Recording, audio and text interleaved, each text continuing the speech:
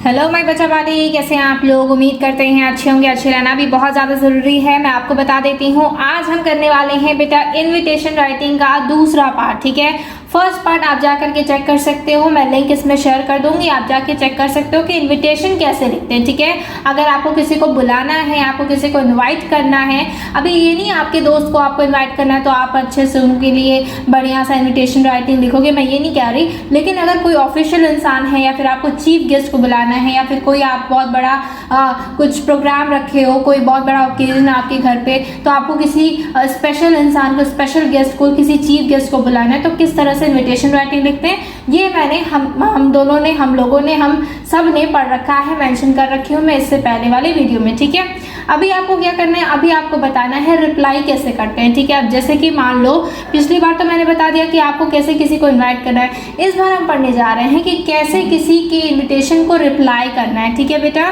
तो रिप्लाई आप कैसे करोगे ये मैं आपको बताती हूँ। ठीक है, अब रिप्लाई में भी आपका आ जाता है बेटा दो पार्ट। ठीक है, वीडियो ज़्यादा लेंदी ना, इसलिए मैं छोटे छोटे पार्ट करके बनाती हूँ, क्योंकि वीडियो ज़्यादा लेंदी हो जाएगा ना तो फिर बोर हो जाते हैं बच्चे। ठीक है, इसीलिए क्या करना है, हम छोटे छोटे वीडियोज़ में 5-10 मिनट की वीडियोज़ में हम कवर कर रहे हैं एक एक टॉपिक। ठीक है, ताकि ज़्यादा बोरिंग भी ना हो, आपको अच्छे से समझ में भी आ जाए। ठीक है, तो इस बार मैं बताती हूँ आपको रिजेक्शन। जैसे कि मान लो कोई आपको बुलाया, ठीक है, मान लो आपको किसी स्कूल में एज अ चीफ गेस्ट बुलाया गया। ठीक है, बहुत ज़्यादा खुश नहीं होना है क्योंकि अभी आप इस लेवल पर पहुंचे नहीं हो, हाँ कभी ना कभी तो बुलाया जाएगा। ठीक है, तो आपको क्या करना है बेटा, आपको उसको रिप्लाई कैसे करना होता है ये मैं बताने जा रही हूँ। ठीक है, तो मान लीजिए आपको बुलाया गया है एज अ चीफ गेस्ट, ठीक है, किसी स्कूल के एनुअल फंक्शन में मान लो बुलाया गया, तो क्या होगा, अभी आप अगर मान लो उसी दिन आपका कुछ और आपको काम पड़ गया, कुछ और आपको ज़रूरत पड़ गया, तो आप कैसे अपनी बात को रखोगे, कैसे उसको रिजेक्शन भी आपको देना होगा और उन्हें जिसने भी आपको इन्वाइट किया उसे बुरा भी ना लगे,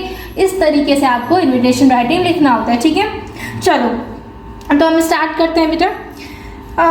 ओके, सो इनविटेशन राइटिंग में हमारा पहला तो हमारा हो गया था, आज हम करने वाले हैं बेटा रिप्लाई। ठीक है, रिप्लाई टू इनविटेशन, और इस रिप्लाई में हम रिजेक्शन की बात करेंगे, एक्सेप्टिंग वाला भी हम बनाएंगे, वो हम दूसरे वीडियो में बनाएंगे। ठीक है, अभी हम देख लेते हैं रिजेक्शन। मान लो आपको रिजेक्शन देना तो कैसे, आपको पहला क्वेश्चन आपको दिख रहा होगा, यहाँ पर आपके स्क्रीन पर दिख रहा होगा, विजिबल होगा। As a principal of a reputed college you have been invited to inaugurate a book exhibition in your neighbourhood. ठीक है बेटा, draft reply to invitation in not more than 50 words. ठीक है बेटा, 50 वर्ड्स से ज़्यादा आपको ज़रूरत नहीं है। ठीक है, 50 वर्ड्स काफ़ी होगा। ठीक है, तो इसमें क्या कह रहा है बेटा, क्वेश्चन हम आपको समझा देते हैं। अगर मान लो कि आप क्या हैं, आप प्रिंसिपल हैं। ठीक है, आप प्रिंसिपल हैं, खुश हो जाएं, बिल्कुल खुश हो जाएं, आप प्रिंसिपल हैं। नेबरहुड में क्या है बेटा, एक बुक एग्जीबिशन खुला है। एक बुक एग्जीबिशन का क्या है बेटा, इनॉग्रेशन है, मतलब कि क्या है, जब स्टार्ट किया जाता है ना तो एक ओकेजन होता है, उसी को हम कहते हैं। ठीक है बेटा, उद्घाटन भी कहते हैं कुछ लोग, इसे हिंदी में उद्घाटन कहते हैं। ठीक है, तो बुक एग्जीबिशन का क्या बेटा, इनॉग्रेशन है, आपको क्या है, उसमें आपको इन्वाइट किया गया। ठीक है, और आप क्या है, प्रिंसिपल हैं।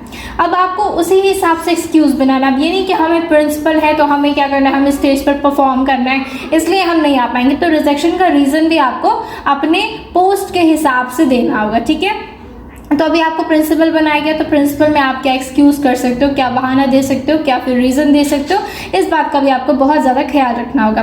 तो अभी हम देख लेते हैं बेटा कैसे हम रिप्लाई कर सकते हैं ताकि उन्हें बुरा भी ना लगे और हम अपनी बात भी कह लें। ठीक है, अच्छा मैं सबसे पहले आपको एक बात बता दूं, अगर आप रिप्लाई लिख रहे हो या फिर नोटिस लिख रहे हो या फिर इनविटेशन लिख रहे हो, इनविटेशन का कोई भी पार्ट लिख रहे हो, ठीक है, आपको क्या करना है बेटा, बॉक्स हमेशा बनाना है। ठीक है, ऐसे डब्बा बना देना है। ठीक है, मैंने यहाँ पर नहीं बनाया है, लेकिन आपको क्या करना है, स्केलिंग करके, ठीक है, यहाँ पर जिस तरह से लाइन है ना, वैसे आपको चारों तरफ बॉक्स बना देना है। ठीक है बेटा, चलो समझ में आ गया। अब यहाँ से स्टार्ट करते हैं।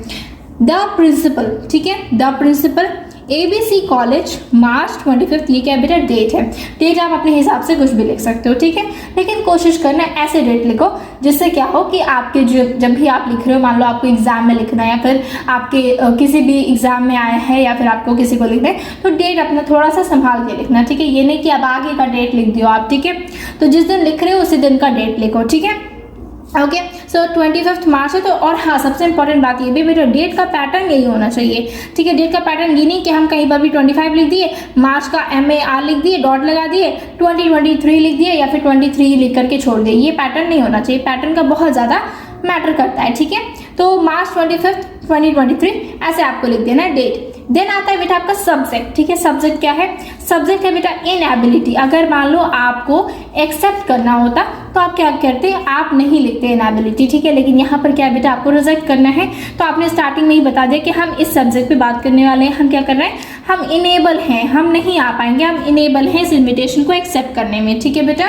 Inability to accept the invitation. उसके बाद क्या लिखना है बेटा? आपको लिख देना है सर, ठीक है। सर, या फिर आप स्लैश करके मैडम भी लिख सकते हो, लेकिन सर लिख रहे हो या फिर मैडम लिख रहे हो, कुछ भी लिख सकते हो, ठीक है। बट थोड़ा सा ऐसा रखो कि अगर नाम वगैरह आपको लिखा हुआ है, आपको वो क्वेश्चन में मेंशन है, अगर नाम किसको आपको देना है ये रिप्लाई, तो फिर आप उस हिसाब से लिख सकते हो सर या मैडम, ठीक है। उसके बाद बेटा आता है कैसे आपको स्टार्ट करना है। I would like to express my gratitude to the civil line club book exhibition, ठीक है बेटा। Civil line book exhibition, but I regret my inability to attend the function due to a prior commitment, ठीक है। अब एक और चीज़ मैं आपको बता देती हूँ। मान लो मैं आपको बोर्ड की तैयारी करा रही हूँ बेसिकली, बट मैं आपको बता दूँ, अगर आप बोर्ड में लिख रहे हो, ठीक है, आपने यहाँ पर एक चीज़ नोटिस किया होगा, फंक्शन का मैंने शॉर्ट फॉर्म लिखा है।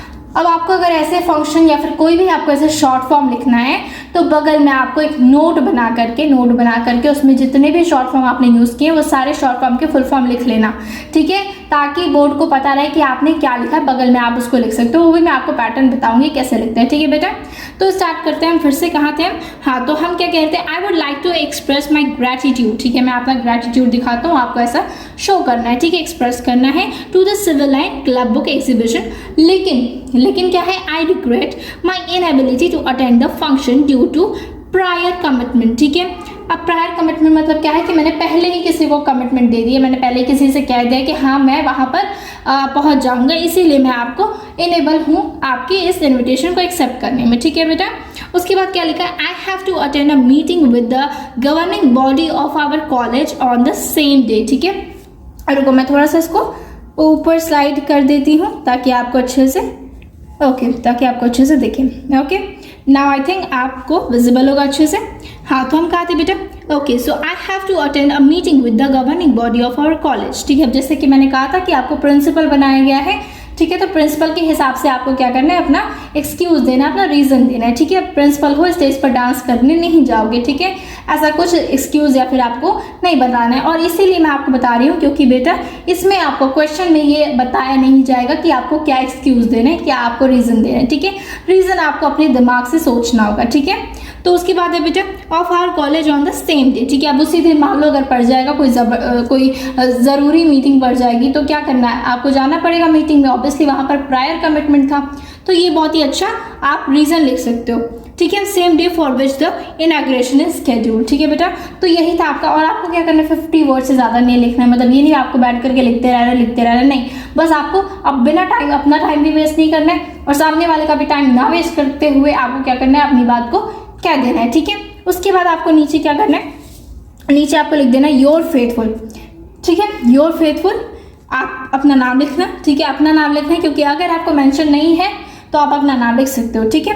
और यहाँ पर आप प्रिंसिपल का पोस्ट है तो आप प्रिंसिपल लिख सकते हो, ठीक है। तो ये था बेटा आपको रिजेक्ट कैसे करते हैं, इन्विटेशन रिजेक्ट कैसे करते हैं। अब हम देखेंगे इन्विटेशन को एक्सेप्ट कैसे करते हैं, ठीक है। आपको क्या करना है? आपको इसके बाद जो नेक्स्ट वीडियो आएगा वो मैं पार्ट 3 करके बना दूंगी। साथ साथ में इससे पहले वाला जो इन्विटेशन का मैंने वीडियो बनाया था उसका लिंक मैं आपको डिस्क्रिप्शन में दे दूंगी, जा करके चेक कर लेना, ठीक है बेटा। मिलते हैं नेक्स्ट वीडियो में, तब तक के लिए अपना ख्याल रखें, ध्यान रखें और बने रहे हमारे इस चैनल के साथ और सब्सक्राइब करें इस चैनल को अगर आप न्यू है तो। Thank you.